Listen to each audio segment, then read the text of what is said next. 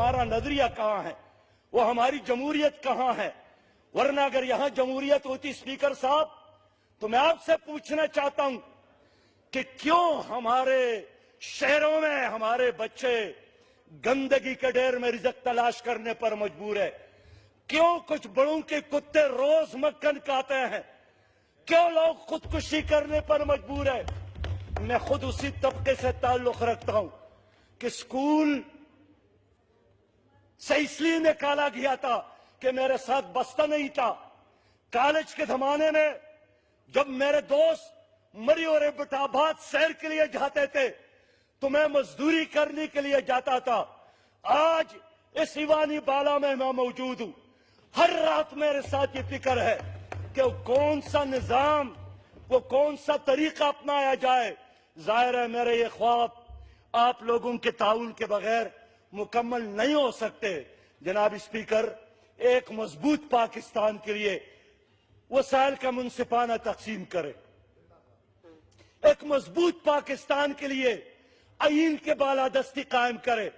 مجھے شرم آتی ہے کہ جس گاڑی پر جھنڈا ہو پاکستان کا، جس گاڑی پر جھنڈا ہو پاکستان کا، اس میں کوئی وی آئی پی بیٹا ہو، وہ میرے چوک میں میری سرخ بتی کا احترام نہیں کرتا ہے۔ کہ یہ ملک ترقی کر سکتا ہے؟ ہمارے ملک کا وی آئی پی قطار میں کھڑا ہونا، اپنی باری کا انتظار کرنا اسپیکر صاحب اپنے لیے ہار سمجھتا ہے۔ میں نہیں سمجھتا ہوں کہ آپ کے ملک میں قانون اور آئین اور میرٹ کی حکمرانی نہ ہو اور آپ خوشحالی کا دن دیکھیں گے۔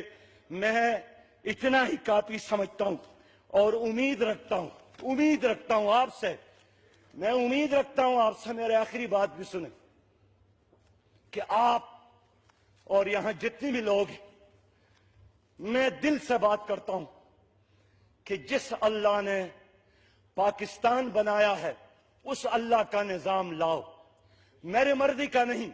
اسپیکر صاحب اپنے مرضی کا لاؤ لیکن قرآن کا نظام لاؤ۔ میں آپ کے ساتھ ہوں، 20 کروڑ عوام آپ کے ساتھ ہے۔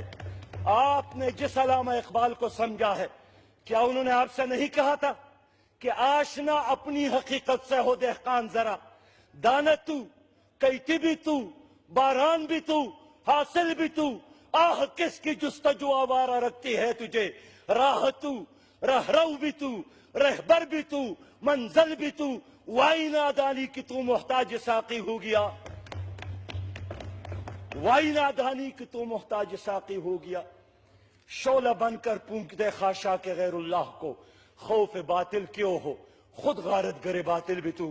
میں آپ کا ایوان کا شکریہ ادا کرتا ہوں کہ اطمینان سے میری باتیں سنیں، اور میں معافی بھی چاہتا ہوں، میں دل آزاری نہیں کرنا چاہتا ہوں لیکن دل کی بات کرتا ہوں، اور اس لیے کرتا ہوں کہ میری زندگی میں مجھے وہ پاکستان ملے جس پاکستان کے لیے قائد اعظم محمد علی جناح نے اپنی زندگی قربان کی اور اس کے ساتھ لاکھوں لوگوں نے قربانیاں دی۔